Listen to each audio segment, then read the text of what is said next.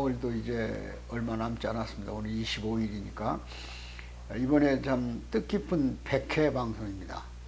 제가 그동안 여러 시청자님들께 말씀드렸지만, 일단 코로나라고는 그런 정말 전국적 전염성 병 때문에 우리가 이동도 제한되고 또 대면 접촉이 불가능했기 때문에 대중강의나 제가 평소에 하던 그런 기회를 갖지 못해서 독자들하고 또는 저를 아끼는 사람들하고 같이 나누고자 해서 부족한 지식을 가지고 여러분들에게 100회를 맞이합니다. 100회라는 기간은 아마 2년이 좀 넘을 겁니다. 그런데 특히 99회 지난번하고 이번에는 분단 과정과 그리고 우리 한국의 건국이라고는 소위 그 초대 대통령 이승만을 중심 삼고 짧은 시간에 어떤 일들이 진행됐는가 하는 것을 말씀드리기 위한 특집 방송을 시작했습니다. 이번 100회까지를 마치고는 이제 제가 대중 강의를 많이 나가게 됐습니다. 그래서 여러분들하고 이제 매주 만나는 시간은 어려울 겁니다. 그래서 제가 특이한 일, 최소한도 한 달에 한 두서너 번 정도 특이한 상황을 해석하고 또 거기에 대한 내가 가지고 있는 의견을 전달하고 여러분과 커뮤니케이션을 이룰 수 있는 그런 기회를 갖고자 하는 겁니다. 그래서 앞으로는 개개인에게는 이제 전달하지 않겠습니다. 여러분들께서 필요하면 유튜브에 들어오셔서 설용수 SYSTV를 쳐서 그 필요한 부분을 발췌하셔가지고 들으시면 될 겁니다. 오늘은 한국 건국 현대사, 과연 이승만은 독재자인가, 그리고 무엇이 공이고 무엇이 과인가, 이렇게 여러분들과 같이 얘기를 좀 나누려고 합니다. 왜냐하면 우리나라 사람들의 그 한 가지 특성은 과거에 잘한 것을 모두 덮어버리고 이 잘못된 것 하나를 가지고 확대 생산합니다. 그래서 그를 갖다가 사이 공을 무시해버리는 이런 역사적 과오를 많이 범하고 있어요. 제가 볼 때는. 왜냐하면은 여러분들이 저 천안문 광장에 모태똥이 지금 누워 있습니다. 또 크레므린 궁에는 과거에 스탈린이가 누워 있었고 레닌이 누워 있었죠. 근데 다 역사 과정에서 레닌의 무덤도 파헤치고 동상도 내리고 스탈린도 사라졌습니다. 그런데 모태똥만은 여전히 있어요. 그건 이제 중국의 역사 속에서 소위 그들이 말하는 중국의 역사적 인물의 반열에 올랐다 그런 얘기입니다. 시진핑이 지금 그걸 닮아가고 있어요. 그런데 모태똥이라는 사람은 중국에서 약 8천만 이상을 굶어 죽였거나 총 맞고 폭력에 의해서 죽게 됐습니다. 물론 지금도 주변 여러 소위 소수민족들, 티벳이라든지 또는 서장, 위구르, 그 외에 여러 가지 그 묘족이라든지 뭐 우리 조선족까지도 중국 속에서 생존해 가고 있어요. 그들이 지금도 자리 잡아가면서 피나는 저항을 합니다. 그 독립을 주장하는 거죠. 티벳도 모태똥이 강제 병합해 버렸으니까. 또 서장 유구르족도 마찬가지 않습니까? 그런데도 당연히 중국에서는 역사적 인물로 추대를 한다. 왜? 과가 있다는 거예요, 모태똥에게. 그러나 공이 많기 때문에, 중국 천하를 통일한 공이 많기 때문에 그를 추앙해야 된다. 이래서 천안문 광장의 대형 사진과 그 건너편에 소위 방부제에 바른 모태똥의 형상이, 실체가 거기 누워 있는 겁니다. 여러분, 이승만은 건국 과정에서 정말로 격동의 시대를 겪었습니다. 왜냐? 45년 해방되고 우리나라 국민소득은 개인당 35불입니다. 자산은 일본 사람이 남겨놓고 한 23억 불 정도 됐어요. 북한에 비하면 훨씬 적죠. 북한은 29억 불 정도 남겨놨고, 인구는 남쪽은 2200만이고 북한은 900만 정도 됐습니다. 그러니까 그 뭐 남북 한합해서 3천만이라고 그랬죠, 우리가. 근데 45년에서 48년까지 정부가 생길 때까지는 정말 격동기였습니다. 계속 북한의 위협을 받았습니다. 50선거 과정에서 전기도 단전되고 물도 단수되고 심지어 계속 북쪽의 평화공세에 시달렸어요. 조만식 선생과 김삼룡 이주화를 바꾸자, 또 이승엽을 바꾸자, 개성역에서 교환하자, 이런 식으로 계속 평화공세를 폈습니다. 남북 간 정당 지도자 연석회의를 한다고 해서 평양으로 48년 4월 달에 김규식 일행 약 600여 명이 올라갔지 않습니까? 2,000명을 모아놓고 김일성이 쇼를 했어요. 자기 자리 잡기 위한 수단이었죠. 국회에서는 국회 프락스 사건이라는 거 기억하실 겁니다. 성시백이라는 거물 간첩이 북한에서 거금을 갖고 와서 언론사 11개를 사들이고, 좌파 신문들이 그 당시에 13명의 소위 사회주의를 지향하는 정치인을 국회에 입성시킵니다. 거기서 국회 부의장 김약수, 유명한 노일환 등 이런 거물 국회의원들을 움직여가지고 계속 외국군인 철수, 애국군인 철수, 그게 미군 철수죠. 그리고 결국은 49년에 다 철수했습니다만, 그래 6.25가 난 거 아닙니까? 그리고 남북 서로 합작해서 하나의 정부를 만들어야 된다고 하면서 계속 떠들어요. 결국은 그들이 검거를 당했고, 그걸 이름하여 우리는 국회 프락스 사건이라고 해요. 6.25가 나와가지고 사실은 상당한 형을 받았지만 다 해방돼서 북으로 올라가고, 그렇게 결국은 위야무야 되면서 혼란기를 겪었습니다. 남로당 박은영이는 정판사 위조집회 사건에 의해서 체포명령을 내리자 관 속에 들어가가지고 개성을 넘어서 북으로 갔어요. 그리고 김일성과 함께 소련과 스탈린을 만났고, 중국 가서 모태동을 만납니다. 그리고 한국전쟁을 자신 있다고 그랬고, 하나의 조선을 공화국으로 만들 수 있다고 그랬어요. 처음에는 스탈린도 반대를 했죠. 미군이 있기 때문에 괜히 전쟁을 확전할 수 없다. 근데 미군이 가버리니까 49년 4월 달에는 드디어 스탈린이 승인을 하고, 모태동이도 참여할 의사를 밝힘으로써 50년 초에죠. 한국전쟁이 일어나는 거예요. 6.25란 이전에 50년 초에 김일성이, 박은영이 다시 소련과 스탈린을 만났고 모태동을 만납니다. 그 과정에 북한에서 여러 가지 종파주의가 있었어요. 연안파 제거, 갑산파 제거, 국내파까지 제거당하고, 박은영 제거당했지 않습니까? 그리고는 결국은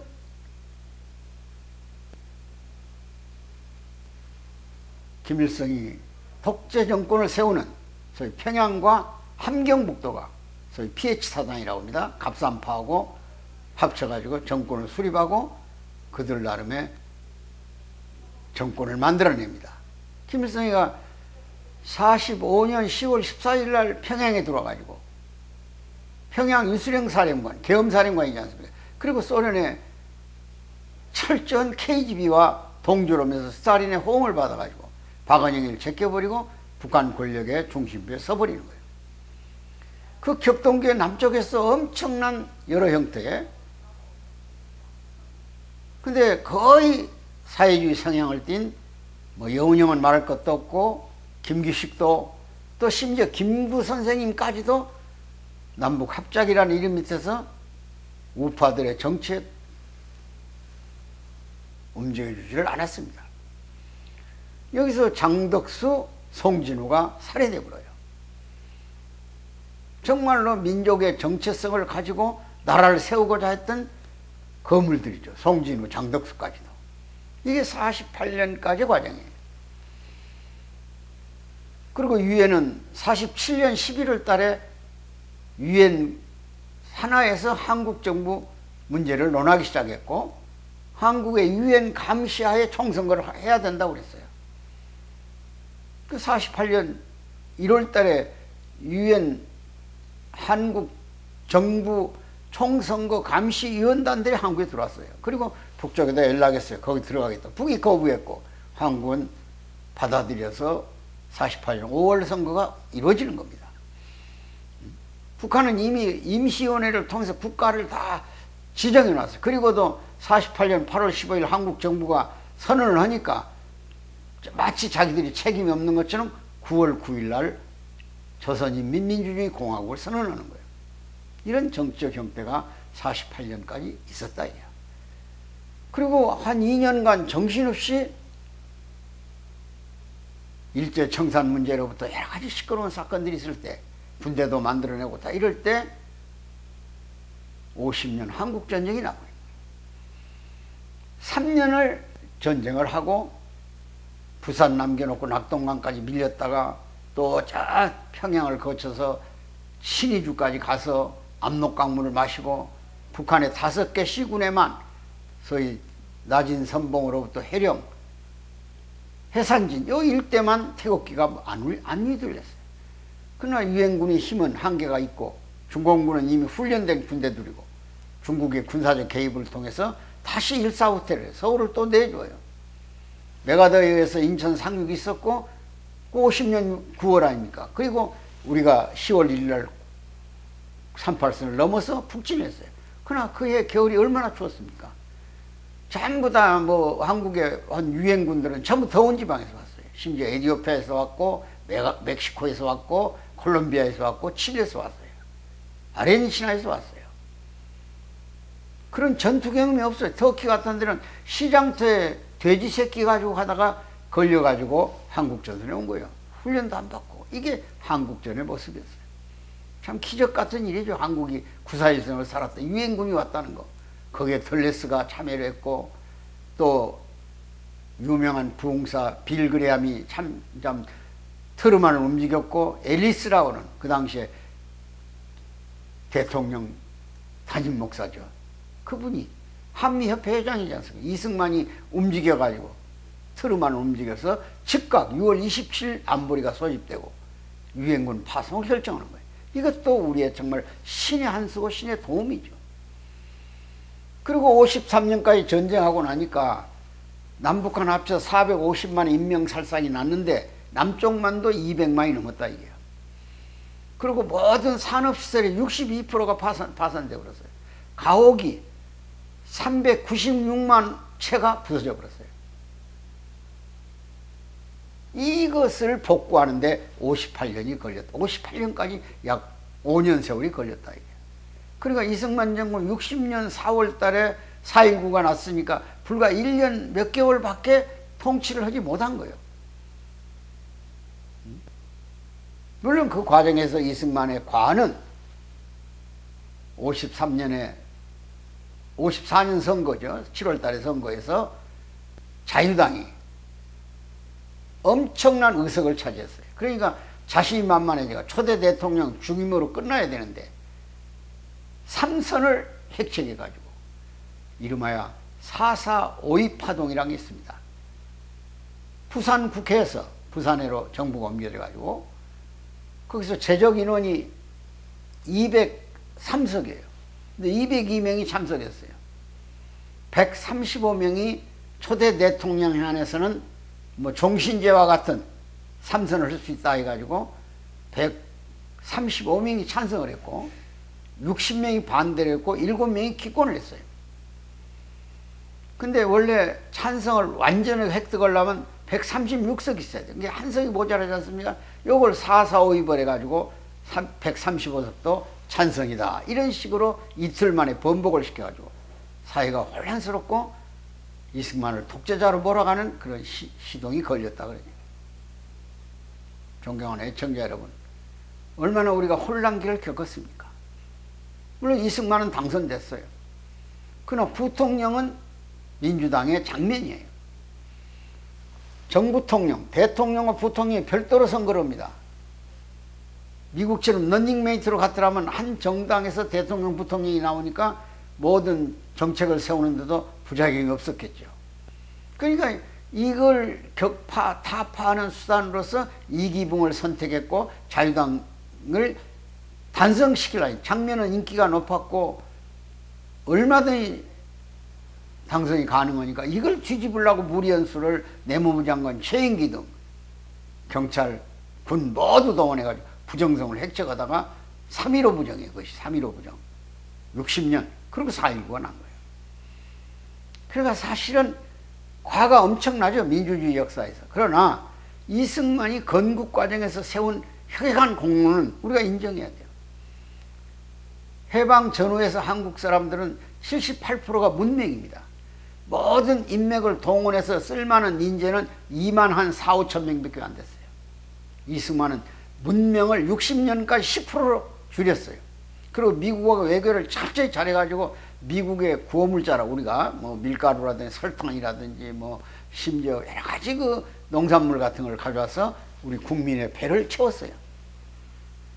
그리고 국방비를 51% 써서 예산도 없는 데다가 교육비를 한 30% 썼어요. 나머지 예산은 절대 몇 번 쓰지 못했던 거예요. 교육에 투자했어요. 한국 전쟁 가운데 우리 장교들을 미국으로 교육, 유학시킨 사람이 1만 1,600명이에요. 그리고 국비로 장학생으로 선발해가지고 국가 돈으로 외국 가서 교육하고 오라. 특히 미국, 독일 같은 선진국 가서. 그게 5천 명이에요. 그들이 인재가 돼서 나라가 쓸 수 있었고 하와이에 이승만이 가지고 있던 빌딩 하나를 팔고 또 정부의 재정 지원을 좀 해가지고 인천에 인하 공과대학 공대가 필요하니까 거기서 인천 송도에 제철소를 가동시키고 원자력 기술자를 양성하기 위해서 노력을 했다 이게요. 그리고 우리나라가 수출을 쓰는 상물은 주석밖에 중석 이 철강을 단단하게 하는 거 총신 같은 거 만드는 거 국방산업 절대 필요하죠. 이걸 미국에 수출하기 위해서 영암철도를 50년 전쟁 직전까지 만들어냅니다. 영주에서 철암이라는 데까지 그 중석을 운반하기 위해서 이런 일들을 철저히 해가지고 교육열을 철저히 세워서 문맹률을 없애기 위해서 벌써 국민학교 의무교육제도를 실시하는 방향으로 시작을 했고 그 문맹률을 낮추기 위해서 각종 대학을 사립학교를 허가했어요. 지금 사립대학이 우리나라에 150개예요. 그러면 이 인재들을 양성해낼 수 없잖아요. 그리고 전쟁 때는 전부 다 후방에다가 학교를 이동시켜가지고 천막학교를 만들어서 교육을 시켰어요. 교육열을 철저히 시켰어요. 왜냐하면 미국 사회를 봤기 때문에 그는 그런 걸 알았고 미국의 모든 인맥을 동원해가지고 대한민국을 정상적 유엔 국가에까지 집어넣어서 유엔이 인정하는 유일한 국가가 대한민국이 된 거예요. 그분이 통치해서 안전하게 할 수 있는 기간은 불과 없어요. 보세요. 건국하고 해방 전후에 미 군정 밑에 있었고 그 다음에 53년까지 전쟁을 했고 그리고 정부는 부산으로 피난 가고 대구 거쳐서 대전, 대구, 부산 아닙니까? 그리고 결국은 그 와중에서도 군인 장교들 미국에 가서 선진 교육을 받게 했고 일부 대한민국에 머리 좋은 사람들을 국비로 외국에 보내서 2만여 명의 인재를 길러냈고 또 과감하게 일본 시대에 뭐 우리가 거론하자면 박정희라든지 백선엽 같은 아주 철저한 군인 정신을 가지고 나라를 경제 발전까지 일으킨 인재들이 다 이승만에서 이루어지고 부흥 경제 건설을 또 58년부터는 또 세웠어요. 세워서 초기 박정희 대통령의 제1차 5개년 계획도 그 이승만 정부가 만들어 놓은 프로그램이 장면 정부를 거치면서 인용된 거예요. 그러니까 바꿔나가면 우리는 이 미국의 로버트 달이라고는 정치학 교수가 이렇게 얘기를 했어요. 한국은 아주 어려운 시대에 민주주의를 세웠다. 근데 민주주의가 세워지려면 적어도 전 국민이 건국 이념을 확실히 알아야 된다는 거예요. 어떤 정신을 세워졌는가. 그러니까 이승만이 세우고자 했던 대한민국은 기독교 아마 공화국이었을 겁니다. 왜? 기독교적 민주주의가 미국에 싹 떴고 그것이 성장했기 때문에. 그렇기 때문에 미국을 독립시킨 사람이 조지 워싱턴이잖아요.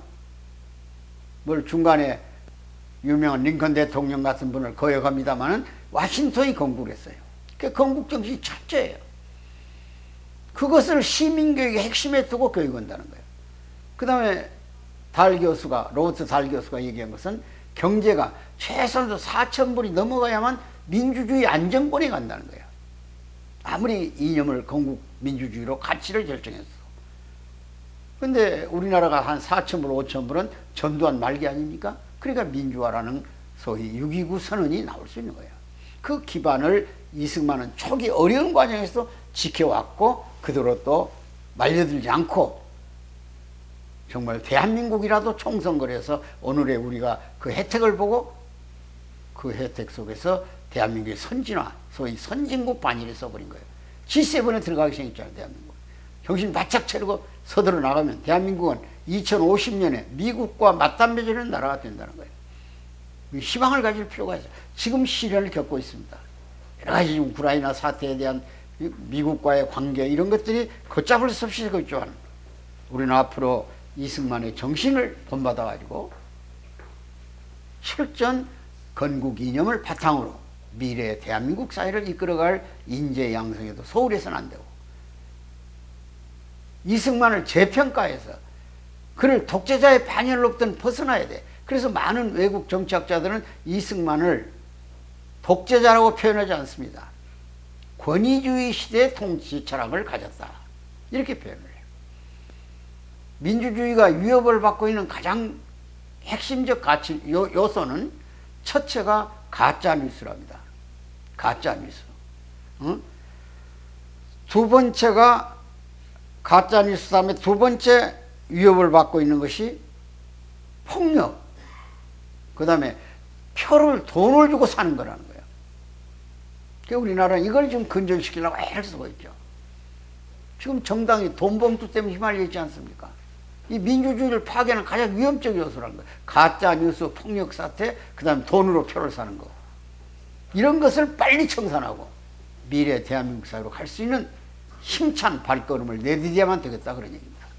오늘 좀 방송이 길어졌습니다마는 대단히 여러분들에게 감사를 드리고 그동안 시청해 주시고 또 시청하고 난 뒤에 그 방송 재료를 다른 분에게 돌려주시고 저를 격려해 주신 여러분에게 또 그동안에 제가 잘못된 말이라든지 여러 가지 또 오해할 소지를 가진 내용도 있을 겁니다.